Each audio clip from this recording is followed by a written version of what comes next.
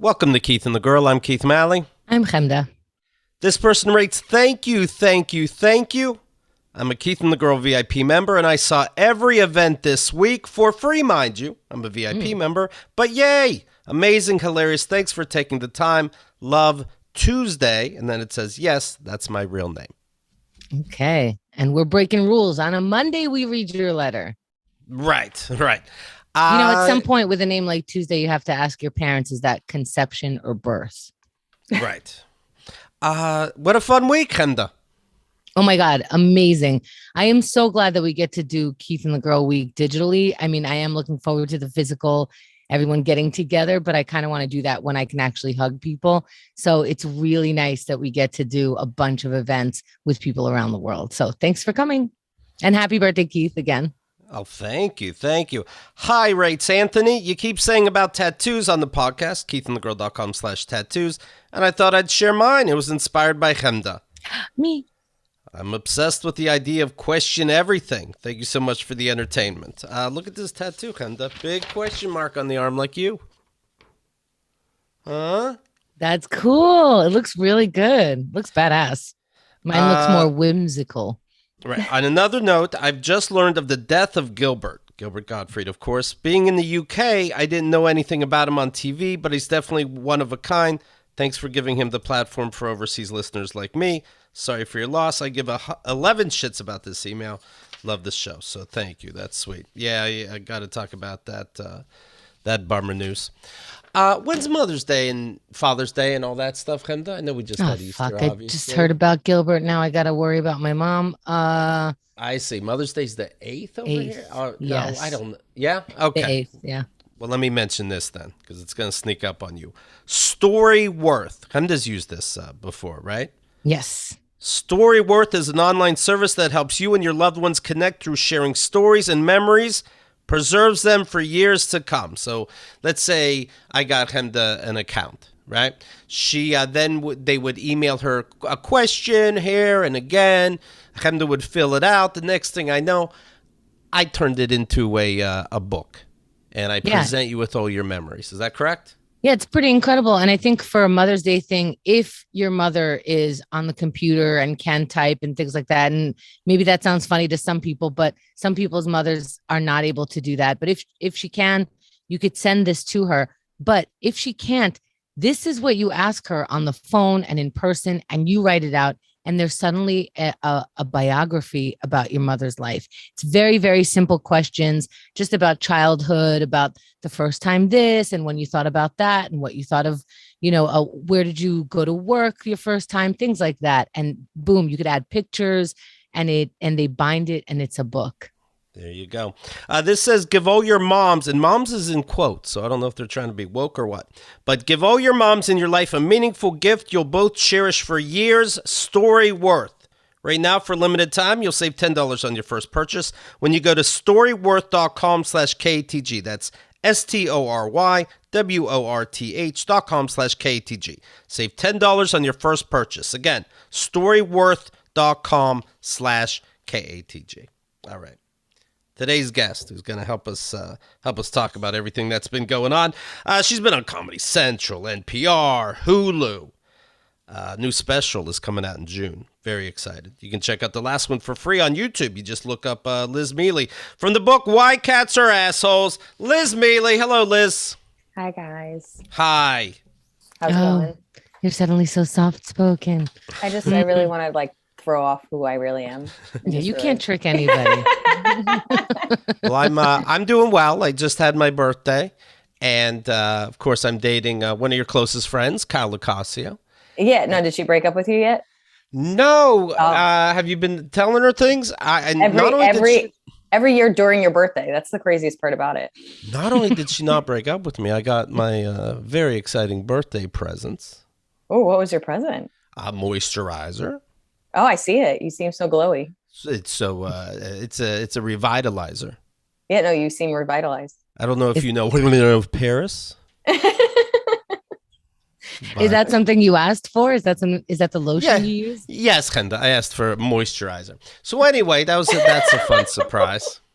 Happy birthday. Thank you. And she came over, and then another gift, We get to do spring cleaning in my house. Oh. Surprise! Did you have to help with the spring cleaning? Yeah, I'm sure I have to. 1-2 throw my carpet out with all the furniture on top of it. That's something I want to do. She knows you well. She knows me well. I'm reading a story about a jury that awarded a Kentucky man $450,000 after his coworkers threw him a birthday party against his wishes. Against his wishes. You know what? I'm into this guy. I hope half these are scams. I hope half these are scams. I was gonna say though, like I'm assuming he didn't want the birthday party because he has social anxiety or he hates his coworkers, whatever the reason is. But that seems like a lot of motivation to sue somebody. I guess it's not active. I guess there's not party hats involved, but still, like, you have the motivation to sue, but you don't have the motivation to go to a party. Wow, those are the same things to you. Maybe you need to think about, or your partner needs to think about not throwing you a surprise birthday party ever. I wouldn't be motivated to sue afterwards. The man said he did not want to celebrate his birthday at the office because it would give him panic attacks. His colleagues surprised him with the party anyway, and he freaked out. The man was fired days later for his reaction, and the jury said he suffered adverse employment action because his anxiety disorder is classified as a disability. I agree. Yeah, I kind of agree with him on this one. Yeah. But who the fuck pays? Like, my company has to pay now because I hired an asshole that says won't take no for an answer for parties. That's right. Did you just hear yourself say won't take no for an answer? Yeah. What am I going to do about it? That guy gets fired, and now you sue him for $450,000. I mean, that's a lot of, like, I mean, the money is crazy. I don't know how you calculate if that's like he's never going to get a job again money, I guess. But I mean, he's not wrong. He put a boundary down. He said no. They did it anyway. He freaked out like he said he probably was. And then he got, like, I'm kind of on his side. I'm absolutely on his side. I think you should be able to divorce your partner if your partner says, if you say you don't want a surprise birthday party and they give you one. Grounds for divorce. The lawyer got the jury's attention when he brought in the coworkers and had them explain how they celebrate. And the jury said, yeah, that's fucking annoying. Amazing. Yeah, that's pretty good. That's pretty clever. Did they say how they celebrate? No, but wouldn't that be great? Like, I just said happy birthday. And they're like, oh my God, $500,000 easy. Well, first we do a face cake. So we have to, every day we take a picture of him just to make sure we get the right picture for the face cake. Like, it's like. Right. He has diabetes, but who gives a shit? We want our fun. I'm fine. Everything's fine. What happened? Was the camera dropping? So for my birthday, my friends, Adam and Craig, we play Destiny, a shooting online game. And for my birthday, they let me run out as fast as I want into enemy danger. Isn't that sweet? Wasn't that nice? They didn't. Roscoe Jenkins all night long. Yeah, I thought that was nice. I got a letter from my dad, a couple, as a matter of fact. First. Now, just to recap for anyone who just started listening, KeithAndTheGirl.com/dad is a link specially for the dad saga where over a year, Keith catfished his dad. His dad ended up hitting on him, amongst other things. And the saga continues, but there's 1 year of complete meat of this. Now, they haven't really spoken except for these weird emails that Keith gets every here and again. Father updates all the rest of the kids, not Keith, but he learns of everything via the kid train. But I won't write back or call back until he admits that I know that he knows that I know he thought he was rating my ex-wife and being sexual. And he'll say, well, there's other things you don't know. I actually was rating your ex. Like, it's so weird, the lies. But every so often he acts like none of that happened and is going to reach out with something sweet that I'll have to go, oh, well, thank you for that. I mean, if you wish me happy birthday, I'm not an animal. I have to say rude. Thank you back. Right. Yeah. This letter, the subject is reminiscing. And here's the letter. Is this the little girl I carried? Is this the little boy at play? I don't remember growing older. When did they? When did she get to be so beauty? When did he grow to be so tall? Wasn't it yesterday when they were so small? Sunrise, sunset, sunrise, sunset. Swiftly And the through cat's the in the days. crater and the silver Yeah. spoon. Little boy blue, the man on the moon. There were always 3 songs that he knew. Cats in the Cradle, this song, Sunrise, Sunset, and Unforgettable. Those were always his go-tos. And so he sent this, like, I'm going to see, like, where did time go? Where did time go, Dad? So he's just copying and pasting lyrics. There's nothing else in the Correct. Oh. So he sent the whole song. Okay. And then he didn't just send it to me. He sent it to everybody, but separately to see who this would turn on. Did anyone respond? No. Wow. But he has to think we're idiots. One of us 5 is going to see this and go, so true, Dad. Let's connect. I mean, that's just kind of annoying where you don't even give context. Like, at least have like some, like, this inspired me because of X, Y, and Z reasons. Like, to me, it's just like, isn't this just adult plagiarism where you're just like, here you go. Right. These are my feelings. And they're like, but they're not though. Like, somebody got them published. And I believe in his heart, somehow he wrote those lyrics. okay.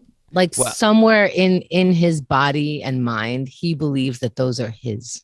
And obviously he copied and pasted, but it's funny, he copied and pasted from some kind of source that had underlines on certain words so you can find the definition. Oh, good. So I don't know if this is Wiki or something else, but It's an educational site. unless I'm supposed to read, is this the little girl I carried? Is this the little boy at play? I don't know. Adam told me to write back.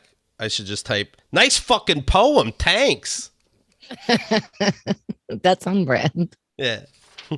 Then I got one, this one just to me. Okay? Uh-oh. It says birthday.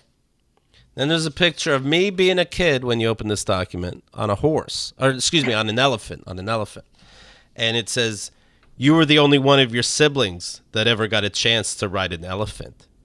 Happy 48th birthday, Keith. What a sentiment. What is the sentiment? I got to ride a horse. It's an elephant. You don't even know because you haven't seen animals growing up, even though you lived in the country. So one, is that true? I don't know if it is, but what he's saying is, I remember this trip, and it was a school trip, and he was the chaperone, and he put me on an elephant. I know him by now, and what he's saying is, remember when I let you and only you ride an elephant? But all the kids got to ride an elephant? Yeah, sure. My other siblings weren't there, though. Oh, okay. Yeah. So he that's didn't the do memory. anything. Right. Now, Liz, you know Kyle. Probably better than me. She says that I should... I don't know if this is poison of all parents, and it's not our place to say, but she's like, oh, well, you should tell your dad thanks. And I'm like, did so much time go on that she was part of a reading that we did of the Dad Emails book that I'm working on now. Apparently, how long ago was that, Hemda? Like 3 months, maybe 4. How does she forget all the weird back and forth shit that was going on with my dad? And I'll just go thanks and leave it at that. I don't even have, because I've been in certain episodes where you've read the emails and I know enough of the context. I don't even have the full context and know that she's wrong. Like, thank you. I would absolutely not email him back. I'm also a huge proponent. And her parents are dead, so I think that's bonus thing. Like, at least you get to have one. She's saying, but she's wrong. At least you get to have fond memories of them because they can't make shitty ones. I'll fight her. But I'm also a huge proponent that if you have a toxic relationship with a parent or a sibling, I don't think you need to continue that. That a toxic relationship is a toxic relationship. So if it's going to hinder your growth, hinder your peace, if it's going to turn into a fight, if it's going to ruin your birthday, you read it, you go, thanks so much, or you block it and you never look at it. But I don't think you need to do anything. He sent you a picture. I can send a picture. Right. And by the way, he has these pictures because my ex, Kat, collected them to do something cute at our wedding. It's just another reminder, like, why he even has these pictures, because we searched for him and found them. And he goes, oh, can I have the folder too? I want to use them against you. Also, like, it's really interesting when people go, but that's your parent, because that guy in the office that you really hate, that's someone's father. Now, imagine that kid going, I got to go to Christmas. Wouldn't you be like, no, I hate your father also. I get why you wouldn't go either. Right. Right. Trump is somebody's father. Should his kids have lunch with him every day? I mean, they shouldn't. They're going to go to jail because of it. They absolutely shouldn't. But no, I think you already know, all the context behind that. So why are he's playing a game. Why continue to play that? Why even for a second make him think that it worked? I'm not doing that. Right. Yes. And I do remember he took a picture of me and the elephant, and then another kid is on the elephant, and that kid knew that that the elephant can pose for a picture, and it puts like at least one leg up, maybe both. It twirls the nose, the trunk, if you will. And if you want to be proper. And then my dad goes like, oh, I wish I knew they could do that. But okay, whatever. But I think he would remember if I wrote back and was like, I got to be honest, I'm still pissed off that you didn't give me a proper picture with the trunk up and the feet. And then he goes, oh, I picture like, oh, I regret that I couldn't do it either. Yeah. Anyway, hey, since we're talking, remember when you told my ex she makes your libido jingle? Oh, God. And that's just the beginning of the saga? I mean, since we're talking. Anyway, Kyle says hi and thanks. Even though Kyle seems to forget that in front of her, my dad said, I would rethink this if I were you. What? It's a parent disease, right? It's got to be. What would you what was it to rethink about? He just didn't like her? I mean, I'm sure he got to know her. Yeah, I'm sure he really got to know her. He didn't like that it wasn't a natural family. He didn't like that there'd be stepkids and not my own kids per se. But they're so fun. Right. Also, he doesn't like his kids. Maybe if he had stepkids, he might like someone. Yeah. He hates all his kids, my dad. Yeah. So sure. Who cares? I should write back, you just caught me at a bad time. And I'm in the middle of the dad emails book. And I remember everything. If you want to give it a couple months, it's really him. Then Easter comes. By the way, that elephant picture is also for him. You said that he would remember that regret that he couldn't take the made up regret. Yeah. Yeah. Because he makes up these regrets because that's where he failed as a father, not the actual big failures of being a father. The moments where somebody can go, oh, I'm sure Keith doesn't even remember that. And how would you have known? And that's the simple, easy things that he did wrong, not the big things. So it's interesting that he makes up stuff that he does wrong so that he could look like a better father. Yeah. He said he did magic or illusions. I guess illusions on the road for 22 years. He said he stopped in 1986. I was born in 74, so he's saying he was barely home until I was the age of 12. He was home constantly. This is a weird fucking life. So my brother's 4 years older than me. Dad wasn't home until he was 16. This is untrue. It's a weird lie. And I forget my original point. That's the cadence of hoping it comes back. Right. But it's untrue. It's another thing. And there's probably a third point because there usually is. And after that comes the original point. 3, 2, 1. It's not here. Let's move on. I definitely brought it up for a reason. But him looking back, you were saying about looking back and him making up what a problem was. So he would make up, you're mad at me because I had to go out and be on the road and be a showman and not be able to be here with you. I'm like, that never happened. You're grabbing onto something that's weird. That's the rebel that he wanted to look like. That person on the road neglecting his kids, but, putting food on the table, sending the money back and rejecting women hitting on him because he's a man of God and he has a good woman back at home. Rebel! But he could have married hot millionaires along the way. He still can with your ex. Right. Which is so crazy because that whole description is my life, but just instead of kids, it's plants. Okay. Yeah. Like, I really feel like I'm just like, I'll come home. I'll water you. I provide a home for you. I You don't resist like your other plants plants. either? I don't actually. I really collected a lot of plants during the pandemic and I resent them, but I want them to thrive. I want them to go on to college. My dad goes, son, why are you upset? Is it because your mother worked? I never wanted her to.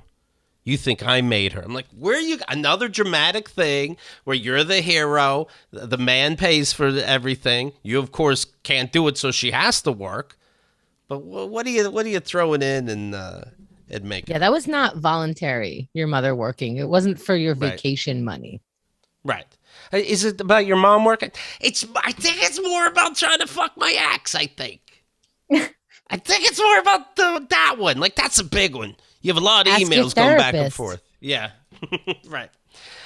Then when Easter came, I got another letter, but this one, it's, let's see. Oh, no, it's another one where he doesn't say it's for everybody. It's just sent separately.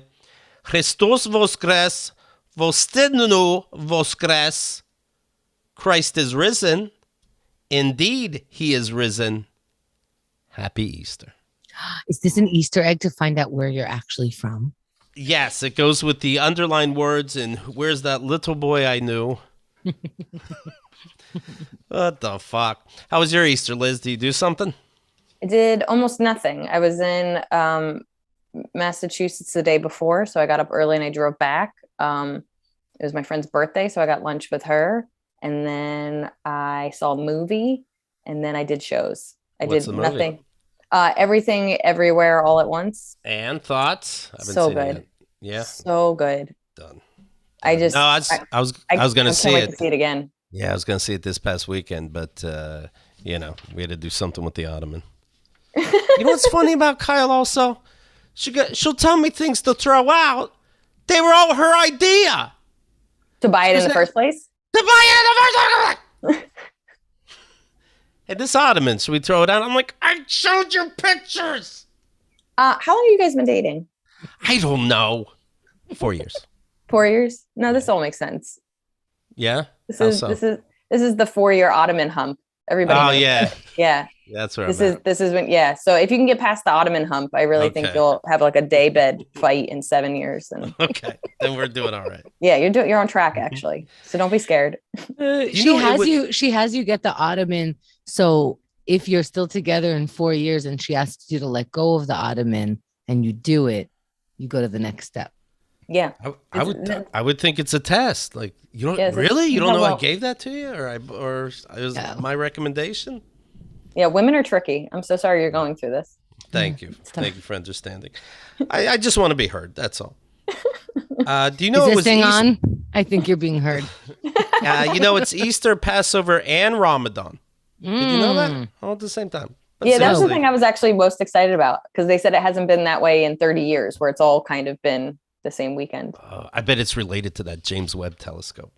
You know, it would be crazy if it was all those things and restaurant week. What's restaurant week? Oh, sorry, Liz. Oh, I don't know things. Do you think the Last Supper had to do with Restaurant Week? Do you think they went, I was hey, just thinking- hey, Jesus, see you at the Last Supper? And he's like, what? At the normal supper. I'll see you at the normal supper. That's just a lot of food restrictions across the board with religion. And restaurant week, Liz, is a thing that happens for a week. Restaurants that are usually out of people's price range have a prefix thing for a lower amount so that it encourages people to eat out and try new restaurants. And Oh, so some restaurants they do participate in it. never. I feel like I've heard of it, but I never knew that's what it was. You think they give Jesus the bill? I still like the picture. He sees the bill and he's like, who the fuck ordered the wine? We talked Three about appetizers? 3 appetizers. this. The wine's Not- kind of my thing. They always want to split it evenly. You had And 3 then I appetizers. didn't think to say this to my parents when I was growing up, when they would tell me how Jesus died for our sins. And it's like, he kind of just, kind of was a weekend. You know what I mean? Like, he's back 3 days later. Okay. Right. But he still died for your sin. Okay. See, I don't think he died for your sin. I think he was killed for his. I think they're like sadomasochistic, or what's it called when you like to, you get pleasure from hurting yourself. You know? Masochism? False gods is a sin. It's like, well, we do false gods every Thursday. Oh, well, guess I got to whip myself, for you. Okay. It's just the early S&M community. Yeah. I mean, God, if you just want to kill your son, just do it. Don't put it on me because I fucking ate an apple. I know so little about religion. It's so crazy to me to think about how little I know. I know like basic stuff. Like the Do you fact not that watch movies? Do you talk to people outside of your I know cats? more about Judaism because a lot of my friends are Jewish and I've dated Jewish guys, but like I'm Catholic and I really don't know too much about Catholicism. I really don't know much about Christianity. I know. Just so you know, you people have a lot of movies out. Do you only think like Mhm. Catholicism is priests touching kids? Because that's a lot of movies. A little bit. Like I Yeah. honestly know more from the news about Catholicism. I know a little bit from like my dad went to Catholic school for 12 years. My mom went to Catholic school. So I know everything that's bad about Catholicism, but like technically I know I was supposed to, because we weren't raised Catholic, but like I was supposed to be baptized. I think there's a communion. Like there's all these little things but it's so funny when I hear about religion. I miss so many jokes because I don't really understand it. Mm.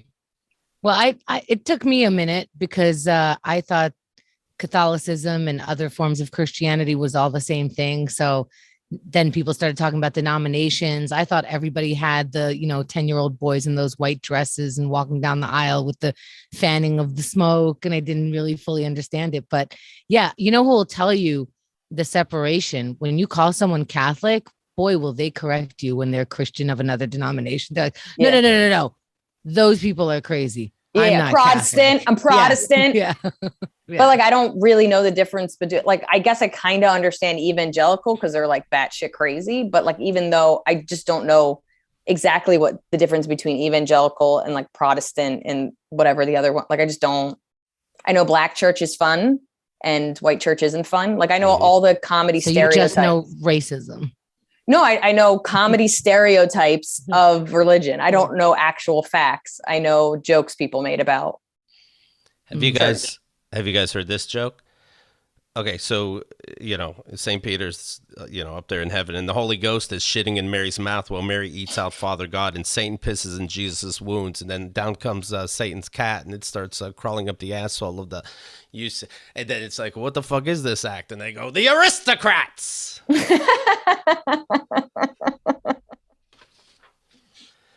So yeah, we're at almost a week now. Gilbert Gottfried passed away. We just happened to play when he was on silent trailers, right? By the way, he got us good that because of the background of his screen was an orgy, we can't get ad money from that. Huh. Son of a gun, Gilbert. I don't know. What can I say, Handa? He was the best. Of course, you can go to keithandthegirl.com/Gilbert Gottfried and see all the times he was on. We were talking about it in the chat last week. So last time we saw him in person, it was pre-pandemic and we had just moved into the new studio. This new studio was 2 flights up as opposed to the other one that was literally 2 stairs into the studio. He was having a hard time making it up those stairs. And we knew that if we wanted him to come to a studio after that, it would never be that because he would not agree to it. Keith had to help him up the stairs. So it seemed he was like using the rail to like really pull himself up. But we all know like how he walks, right? And it was just, I'm like, okay, I guess steps is a little extra. Yeah. But and then I don't know, like I don't want to grab your arm, I assume. I just got to act like I always wander while around people that walk up steps. Yeah. But he was so fun to have on a show. So fun. And he would come in and sort of be a little stoic. Maybe you think he's not paying attention or a part of it or wants to be there. And then you get going. And the first time he chimes in, you know why he waited, because he didn't have anything to say until this perfect moment with this perfect line. And it was also ridiculous, even though it was fantastic.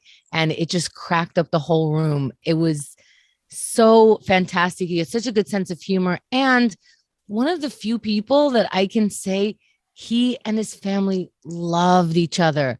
Like his kids adored him. And you could just, you could feel it with the way they interact with each other and talk with each other. And they're not like in front of the camera a lot, but the little that you get to see, and that, his wife was the one that we went through when booking him. She sort of did his business while he did the entertaining part. And we had her on one of the shows, I think the first time they were there. And they just love each other. She gets him so much, like all the silly things that she posts about. Here's what he got me for the anniversary, and it's something that maybe a spouse would complain about. It seems not thoughtful. She got such a kick out of it, such a laugh out of it. It's amazing when you see families like that, and it's a loss. And I know he'll be missed a lot. And behind the scenes too, like I'm hearing a lot of shows saying, "Oh, he doesn't talk to you unless he's on." If you engage him, he goes. Yeah, you just have to have something to say. He was in Ford Fairlane. We all agree, one of the greatest movies of all time. He was in Beverly Hills Cop 2. I think was he a bail bondsman? I think, but he was trying to bribe Axel Foley. And he's like, "Okay, you have the parking tickets in this hand. Now, what if I give you something in the other hand and you look at that hand and you're like, what's in this hand? I don't even know if something's in that hand because I have something in this hand." And if you want to get to know Gilbert, the documentary, it's called Gilbert. And that was fantastic. That was a good one. Now, When of did course, that come your kids out? know him. Did that come out a couple years ago, like 4 years ago or so? At the most, Something fairly like recently. that, Yeah, no, I remember when that was coming out. We are heartbroken to announce the passing of our beloved Gilbert Gottfried after a long illness. In addition to being the most iconic voice in comedy, Gilbert was a wonderful husband, brother, friend, and father of his 2 young children. Although today is a sad day for all of us, please keep laughing as loud as possible in Gilbert's honor. Love, the Gottfried family. People are asking, how did he die? How did he die? He ran the Boston Marathon right after he did 2 Ironmans. How did he die? Come on, how did he die? I don't know. Actually, I don't know. We actually don't know. Chaz says, wow, a Gilbert Gottfried moment I think of all the time is him reviewing Drake's God's Plan on Keith and the Girl and reflecting on why he chose not to become a songwriter. He's like, well, this is God's plan. God's plan. This doesn't seem so hard. Yeah, he was on the marathon, of course. Yeah, I thought after we tried to kill him with those steps, that might be the last time we get to see him. But he was always game, right? Yeah, he was always into it. And you mentioned a bunch of stuff that he did. Of course, everybody knows he did Aladdin. But I remember him before Aladdin. I was a kid, and he did something called Up All Night. Do you remember this? I couldn't watch TV during that, but I know of it.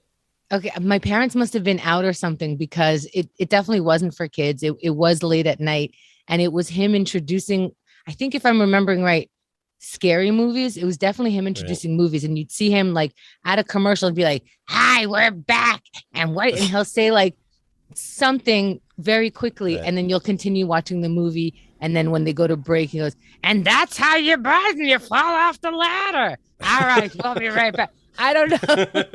And I remember him. So when he was in Aladdin, I recognized that voice, and I thought it was interesting that he was in hindsight, I collected all these thoughts, but that he was now going to be in this Disney thing and this kids thing. But I watched him, I'm sure those were movies that were late night sort of movies. It's still on TV. So what was I really watching? But he wasn't a squeaky clean comic. Well, he's the king of the aristocrats joke. And he's also, in isn't your kids' cartoons. Yeah. It's funny.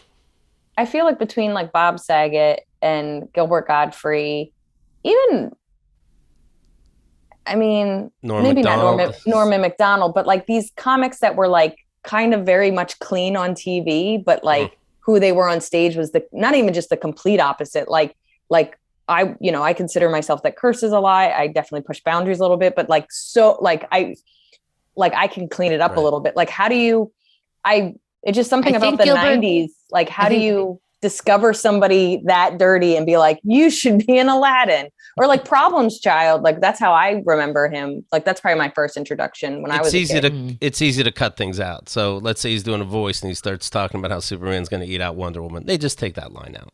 They work around it. But do you know what I mean? Like, you can't really have that separation anymore.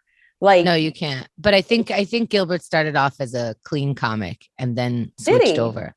I believe he was more goofy than dirty, I feel like. Yeah. But it's I just don't think you can do that anymore. Like, because of the internet, because of, like, you can't really separate. You can't be a TV person here and a stage person there. Maybe. But I also think like Tim the Tool Man Taylor, I just had a stroke in the middle of that. I imagine all stand-ups were filthy or pushing or whatever. And to get a sitcom, they squeaky cleaned you, but at least you had a stereotype of who you were, or they could match you into that.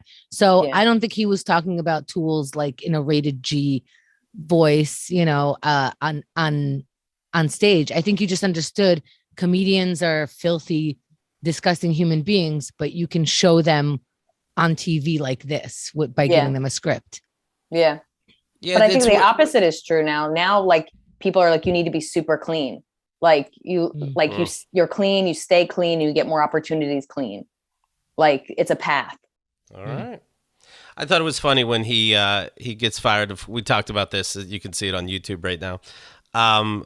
When he lost his Affleck job because he made jokes about the tsunami in Japan. And, when we talked to him, like, did you know that Affleck does like 90% of their business in Japan? He's like, I do now. I do now. And then, so they hired somebody else they fire him, of course. They hire somebody else to be the duck. But all they did was hire somebody to sound like Gilbert. Ducks don't really say, Affleck. That's a human. But what's weird is you're trying to get off the brand that was making fun of you, but you hire someone who sounds like the brand anyway. What's the difference? Right. He ended up giving an apology, some written apology, and then he does then immediately, first time you talk to him after, he's like, yeah, I didn't believe in that apology at all. That was apology number 187 from the machine. I just said, okay. But now I just made jokes. There's a theory because people know, it's understood that he was a cheapskate. Mm-hmm. And he definitely liked collecting things for his house. In that movie Gilbert, for example, there's a huge Rubbermaid thing under their bed of hotel shampoos and hotel soaps. The guy's a multimillionaire easily. And when he was at our place, we bought 7-Eleven sandwiches and we cut them in half so they'd look fancier, unwrapped, of course, and some sodas and a little bit, those little tiny wine bottles. We knew that he's thinking he's going to get away with something and take all this shit with him. And he always did, and it was a joy to see. But he said that he's like, I'll go to other film sets and eat their food, and they'll just think I'm on the film, and nobody says nothing. And I said, what do you like better, though, that you're getting free stuff or that you're getting away with something? And he said, that I'm getting away with something.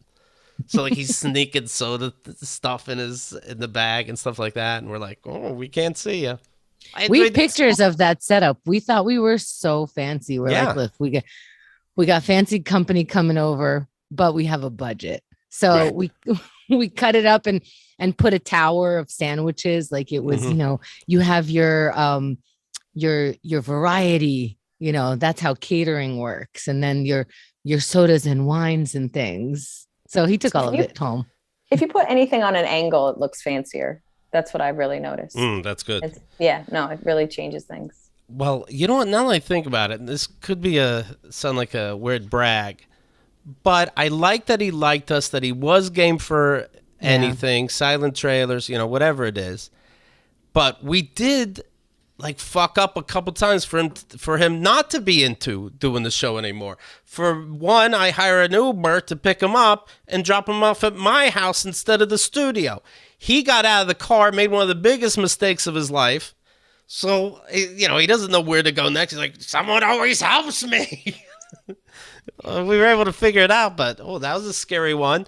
The steps that we mentioned was one. One time he took the 7-Eleven sandwiches and Coke, but he took like half of a little Coke that he drank from, thinks he screwed it on. Looking back, he didn't, because I'm carrying his bag to the car and I see his bag is dripping soda. And I'm trying to tell him, like, oh, we got to take his out. No, it's good. Like, I'm going to steal it from him. I'm like, okay, but it's dripping. And he's getting into the car with this soda all over his lap in the car. And I'm like, you're a grown adult. What can I do? And I shut the door and I'm like, I guess I never see you again. And then we did. And that feels good. It sounds like he doesn't hold grudges. Maybe not. He has fun, I think. Like, I think he actually says yes to things that he will have a good time in. And Right. I think he just likes to be on stage. Yeah. Do you think he knew taxes were due and he's like, fuck them? Is that a thing?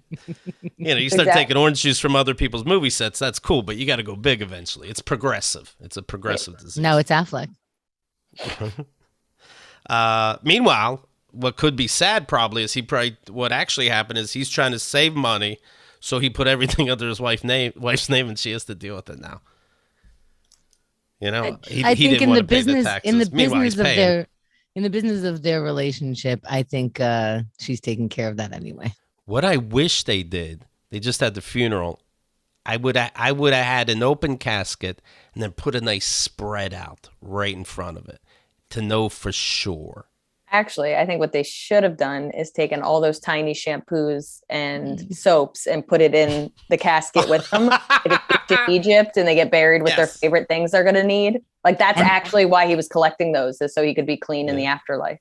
And then on his tombstone, you write, "You can take it with you." Yes, exactly. Or I used to live by that the cemetery in Brooklyn that has like Basquiat. Thank you. I really was getting dyslexic there. But who's also in that cemetery is the guy that invented the hot dog. So as soon as you go in, so Basquiat is that way. And as soon as you walk in, the guy that invented the hot dog has like a whole house. It's like literally like, you're like, oh my God, I didn't know somebody that invented a hot dog got so much, because Basquiat's like this big of a stone. But they have like ketchup and mustard. Like that's what people leave for him. Oh Lord. So what I think would be really cute for Gilbert is just like the free razor you get at, you know what I mean? Or the shower cap, like all the weird free stuff you get in hotels or on movie sets, and you collect it for him. Oh, that's you toss it in when you cry like a rose. Yeah. Or you bundle all the shower caps together and make a bouquet, and then you give that to him. I like these ideas. I found myself, when I heard the news, I found myself just pacing a lot. Like, oh, goddamn. Like, he's 60, what is he, 67 he was? Yeah. But still, I'm like, mother, they're coming for the comedians. It's been a rough year. I mean, I feel like every year is a rough year for comedians. I mean, we don't hang out.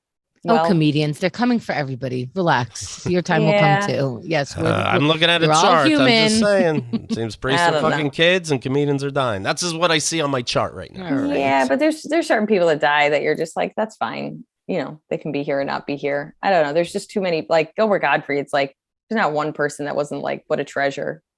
Yeah. Yeah. So, of course, you can find 1,000 clips of him online. Also, keithandthegirl.com/Gilbert. When we talk to him, and you'll see on our main page right now, is our YouTube, and it has a clip after clip when he's been on over the years. So I think you'll like that. And then I hear today, Patrick Carlin died. Another Keith and the Girl guest, George Carlin's brother. He was 90 years old. He's somebody else. He was still old when he was on our show, of course. And what happened when he was trying to visit us? I think the first time he was booked, no one was getting in touch. He refused to have a cell phone or didn't bring his that he borrows from his wife or something. And we were getting in touch with his people, whoever his people were, and no one could find him. We were a little concerned because he refuses technology and he refuses to like really, and I'm not even sure. Like it's pretty hard to get around Queens in that area. Keith gets lost, and why don't these people bring old school maps and just unfold a huge map? Why do you if you're not taking the technology, it doesn't mean you give up. I mean, why don't you? It's not going to help you. I'm using my phone. It's the best we can do. Yeah. You think an abacus is going to help me? Well, I think he ended up going back, and it was like a 2-hour train ride or something like that because he lived upstate or like in, rural area or something like that. And I was like, okay, I guess we don't get to have Patrick Carlin on because who wants to take that trip again? But he was coming back again. We rebooked him. This time we had to meet him at the train station so that we can walk him over because I think he might have gotten as far as that. He said something like that, like, oh, yeah, I got that far. Like, and then just couldn't find us and left. Right. I hope he had a, souvlaki or something from Astoria before he got on at least, because that's a long ride. But yeah, he was fun as fuck. Another person who just like says shit and had fun stories partially because his brother is George Carlin. It was George Carlin's only sibling. George Carlin's daughter, Kelly, says, Pat was the street fighter, my dad was the jester, and he was my dad's hero. A lot of his thinking in the last 25 years were fed by and connected to Pat. So if you like George Carlin, it seems you also like Pat. Carlin suffered a fall on April 1st that resulted in a trip to an emergency room that ended with Carlin using a ventilator for recent weeks. His wife of more than 60 years died about a year ago. Oh, my goodness. After that, Carlin moved in with his sons, Patrick and Dennis. Wow. 60-year marriage. Yeah. And isn't that like... Well, because you can't go anywhere. You get lost. You got to stay in the house. You got to work through every fight. You're going to figure out who gave you the fucking ottoman. He didn't even have like a flip phone. I don't remember. And this was also like maybe 7-10 years ago. I can't remember. So maybe not. Maybe some people still had flip phone. I don't know. Because it's There's been still people 17 that have years flip of keeping phones. the girl. Yeah. Well, those people are wrong and we know it. They have to go out of their way to get a flip phone at this point. Okay. Now you're Well, trying I don't too think hard. you buy a new flip phone. Well, it stopped working if you bought it when you bought it. Right. This They're is actually pretty- ridiculous. Did you they're find pretty it on a resilient. set like of a movie for olden You times? get it vintage. You get a vintage flip phone. Yeah. Vintage sometimes means not working anymore. You can just tell people you have a flip phone, Liz. Some people. I definitely had a flip phone longer than most people. And I was like I would say the only person that was the last person to get an iPhone was probably my uncle, who's in his 70s now, but I think he got it a couple of years ago. But like he went flip phone to iPhone. I went like, I think I went from like flip phone to maybe iPhone 6. Like I held out pretty long. Was that fun for everyone, Liz? Was that good? As a aggressive communicator, I think some people miss that I was slowed down by the keys having. Okay. So yeah, I mean, it was fun. Yeah, I think anybody that knew me then was like, it's too accessible for her right now, and the cat pictures are aggressive. Okay. Liz came up with K.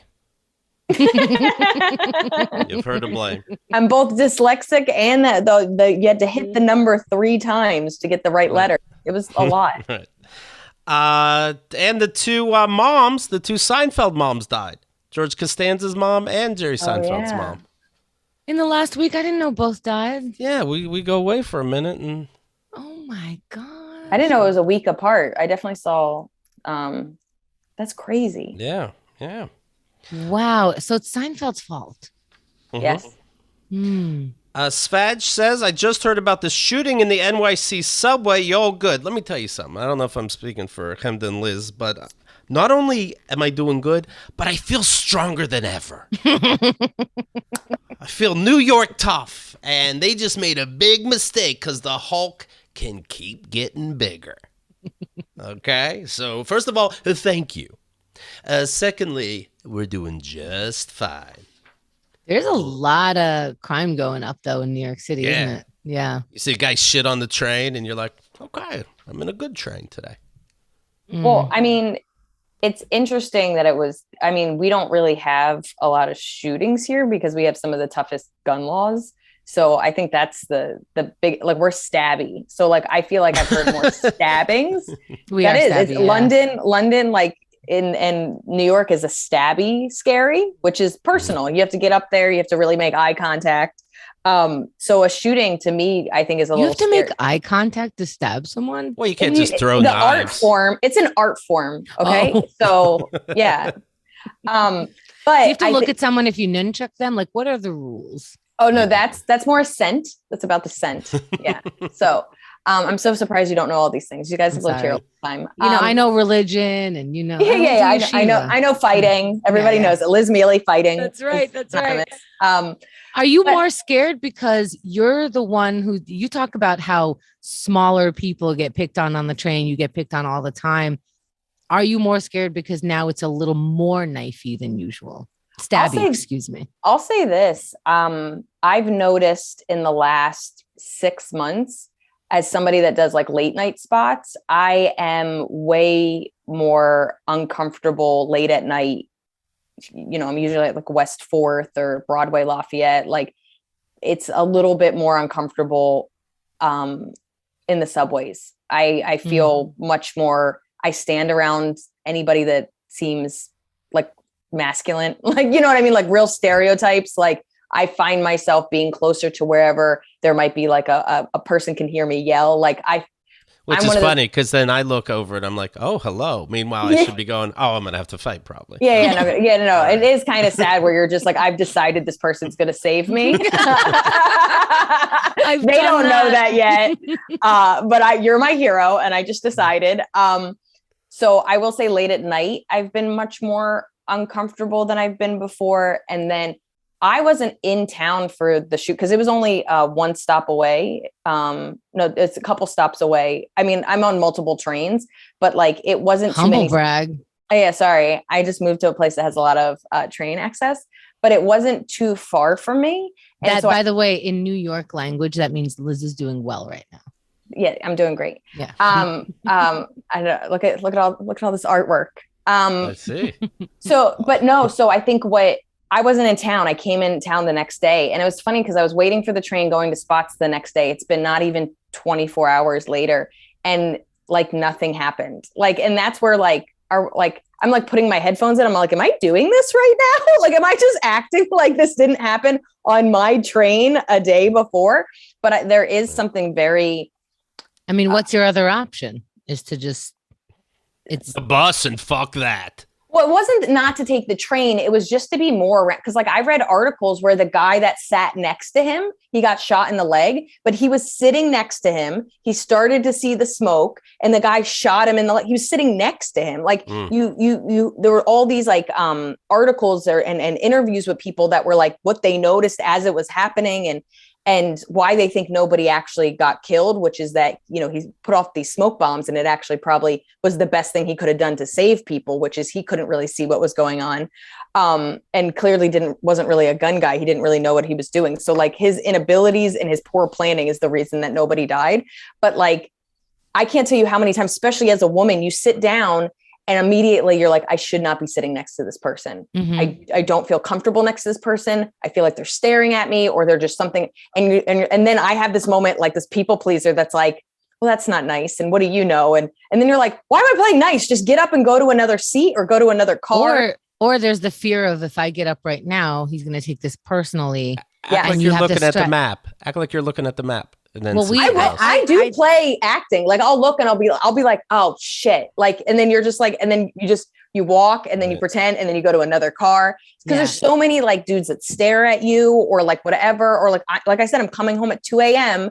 and it's very easy to see when I get off a train and what stop I'm getting off of.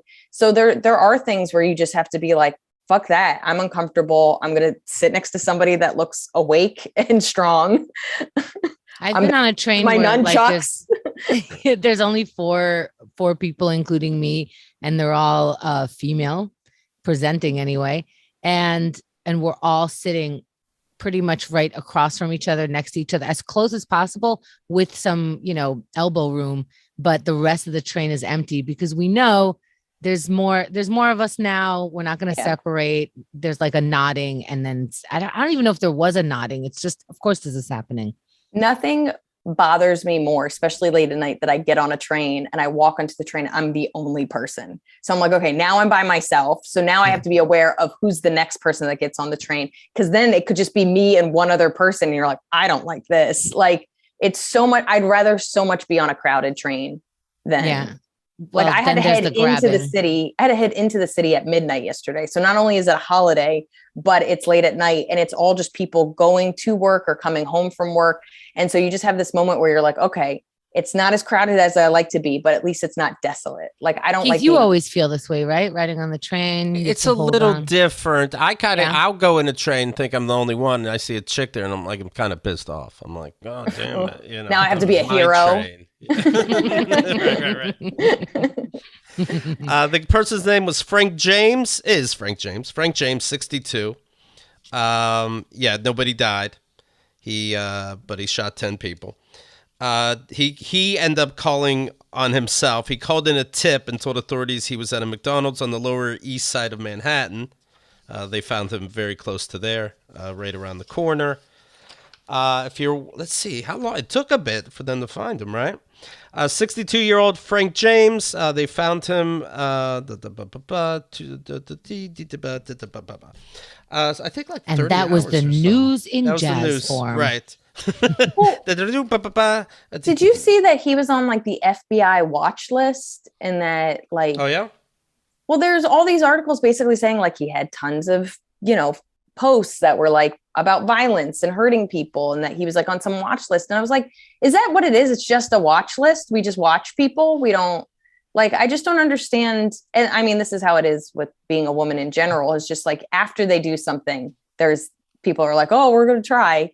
But I mean, there's so many things about that incident that's infuriating, from the fact that the cameras didn't work, the fact that there are police in stations, but they're just making sure you pay your toll and not actually, your metro fee, as opposed to actually caring if anybody gets hurt. Like, that's a long time to find him, though. 30 hours. He was still in New York City. And he told them where he was. He didn't find him. So he was anti-vax? Nobody can track him? Come on, people. What was his deal? Do we know what set him off? Well, this is kind of sad. He hates Adam, our mayor, which I also hate. So it's always hard when you agree with somebody that's trying to murder people, because he was just he didn't agree with them. And I don't like our new mayor. I think he's awful. And this really sucks, because this is, in some ways, this can be twisted because he wants to give more money to the police because he's an ex-police chief. You know what I mean? So it's just only going to continue, where you're like, well, that's not the problem. There are police there. They're all on their phones. They're not doing anything. Investigators zeroed in on James after locating a credit card and keys to a U-Haul van that he'd rented that were found at the scene. At the station, investigators... What's that mean, at the station? At the station, investigators also found a handgun, 3 extended magazines, 2 detonated smoke grenades, 2 non-detonated smoke grenades, and a hatchet. The hatchet? The hatchet was... That's just to be ready, yeah. Where do you put that? Now, does it make you nervous? My example happens to be the Boston Marathon, but do big crowds make you nervous, especially with the bombing some years ago, Liz? And you're a runner. I don't know. Big crowds. I'm not really around big crowds in general, but I don't know if they make me nervous. I honestly want to know, how they check your, they have those stations when you get into the subway, in some of the big ones like Times Square or whatever, where they're check your bags. What is he carrying that doesn't, where do you put your hatchet? Even on that train, how much crap does he have with him? When do you start seeing him take stuff out? Don't get me wrong. I have music playing and I'm reading a book. I'm in a cafe in my head on the train. I am not at night, but during, especially going into the city, nobody's around me. I am in my zone, but who's looking up? Have you looked around on the train? I haven't been on the train in a while, but last time I was, you look around, everyone's on their phone. We're not paying attention to who's everyone's taking on their phone. But again, you are aware of loud noises, people shifting. I can usually see the body language of another woman, and you start to be like, what's going, and you're like, oh, fuck. You start to see other people's behavior a little bit as a barometer, or, there's somebody always yelling or telling you to believe in Jesus. There's enough commotion going on, and you kind of have to decide mentally, is this worth paying attention to, or is this just a regular crazy? So it is kind of hard when the subway is half crazy to know which one is a murder crazy and which one is just crazy.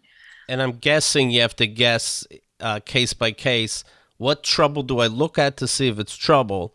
And what if I look at it, I'm inviting trouble?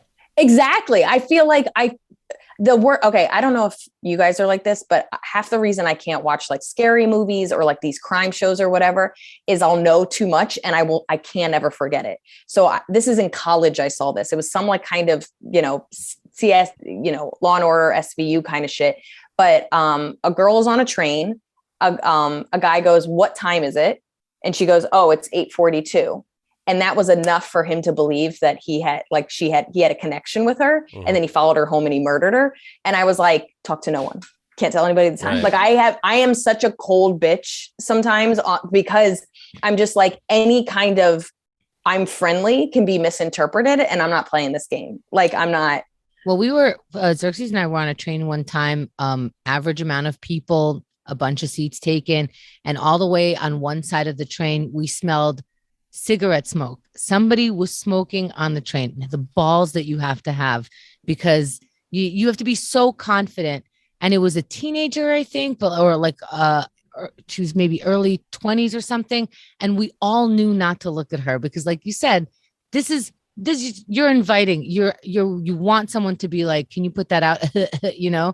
So everyone's ignoring it. Somebody comes on the train, just has like that, second glance, like, did I just see what I saw? And this person catches her doing it. Like, you want to say something? Why are you looking at me like that? Now she's just walking down the train. I'm sure, she just wants to like disappear into the crowd because now this person has honed in on the person who just came in and just you're just surprised. Do I smell that? Is something on fire? Just a quick glance over and now you're involved. Yeah. I've done the thing where I'm looking at something that looks like trouble. Then they pull what the fuck are you looking at? Do you want dead? Then I do this trick where you move your eyes just a little bit, not looking at them, but now you have to live like you're looking at them. You go, oh, sorry, I didn't see. What? But you're not looking at anything. You're like a blind person in the movie. Mm-hmm. Yeah. A lot of skits are being done on the train. I'm still here. That's all I know. Yeah. I'm a great actress. I'm like, oh no, I missed my stop. That's not for another 40 stops. 30,000 people will lace up to run the Boston Marathon. 63 runners living in Russia or Belarus were banned from participating in the marathon due to Russia's ongoing war in the Ukraine. Can you imagine? Banned from Boston? You want to do something so stupid, no offense, Liz, and you can't because of war politics. You have to fight to be able to run. Oh, poor things. But I think you get money from the Boston Marathon. Like if they're athletes, like that's actually like a form of money, right? Like it's okay, well that makes more sense. Look how interested that makes Keith. Zero. Yeah. Is it $1 million? What the fuck is it? I actually don't know how much it is. I don't think it's like life changing, but it is kind of. Yeah, I know. There was like people that were really pissed off about it, right? There was something else that was an issue with that. The headline's plenty to me. Are you still running, Liz? I am. I don't really run races that much. The last race I was supposed to do a half marathon in April of 2020. And then what happened? Yeah. I decided not to, just for like fun reasons. Lazy. But like they let us postpone it for 2 years, and I did that. But I was like, my life is different now because nobody thought this was going to take 2 years, and I just didn't do it. So I'm mostly just like running with my running buddy. I don't think I'll do races again unless there's like, I do them for charity sometimes, or like if my running buddy wants to do something and she wants like a partner, I'll do it. But I don't feel motivated to wake up to run. Really to wake up early. Honestly, if these races were at 1 p.m., I would be more interested, but I am so anti waking up early if I don't have to wake up early. It is. Was that in your Runner's World interview? Yes, I'm very lazy, and I will only run if I need to catch a bus now. I was bummed. Like when I was running, I signed up for a 10K just to have something to run towards. And I was so upset that everything was at like even 9 a.m. because I had to take the train to go, and then you got to get there early because you're not going to get there at 9 and start running. So now I got to wake up at 6 a.m. to go on a 5-mile run or whatever the fuck it is. On a Sunday. Yeah. You're just like on like the day I don't like, I honestly. But then I found I wanted to do a triathlon, and I found the only one that was near us that started at 4 p.m. And that's how I decided. No, it really is. It's the early, like to be an athlete, you have to get up early. This is bullshit. I don't like it. Like I think I would still be doing them if they really weren't early in the morning. Me too. Between that and the fucking politics, I'm like, forget it. What, you can't be Russian? This is bullshit. I don't know. There's going to be good people on each side. Russia lost its 8th general in the latest blow to Putin's botched invasion. I don't know how many generals there are. I don't know what a big deal this is. I like to picture it's like Lord of the Flies, and when all the teachers were gone, they ate each other. So fingers crossed, if there's no generals, they just start shooting each other in the dicks, these Russians. Lord of the Flies. It's another one I got to watch. Thank you. I gotta read it for one, but I get the gist. I read the Cliff Notes. Well, I think the biggest deal with that is the fact that they don't have a lot of experienced military. So when you get rid of a general, somebody that has experience, then you have a bunch of people that don't have experience that are now, and they already are starting to look not the most organized or strongest. So I think, Keith, your Lord of the Flies thing checks out. Yeah. But I was it a ship just got sank? Yeah, their greatest ship, I think the world's largest ship, Ukraine took down. Yeah. So it's like, I mean, every day I'm hearing about how there's been a blow to something with Russia, but they're still going. Like, everything about it breaks your heart, but you're just like, even if this ends tomorrow, they have ruined Ukraine. You know what I mean? Like, they've destroyed everything in their wake, as well as murdered so many people. Here's the angle, though. So Putin, of course, is in his bunker. He's safe in Russia. And then the reports come back, another general died, your ship. Should we just start saying things are going great, Russia? Things are going great. Like, let's quit laughing at this guy, right? He's very I think that's kind of what is happening, though. Like, somebody was saying recently that he doesn't know how bad it's going. So I think in some ways he thinks it's going great. Like, I think he thinks when the generals don't call back, they're just like, we're super busy right now, winning a war. Can we just text later? like I think that's what he's saying. He's like, oh, their outgoing message is like, sorry, winning a war, can't talk right now. Right. Where are we at in days now, by the way? Russia thought they would take it over in 3 days, Ukraine. Please look on your calendar. Yeah, I put a heart on the first. Do you have the Ukraine Russia app where it tells you how many days? No, I'm joking. Oh, God. You guys both looked at me like I have an Olympics app, and I don't even watch Olympics. So I really love it. Oh my God, that was so fun. Both of you are like, what?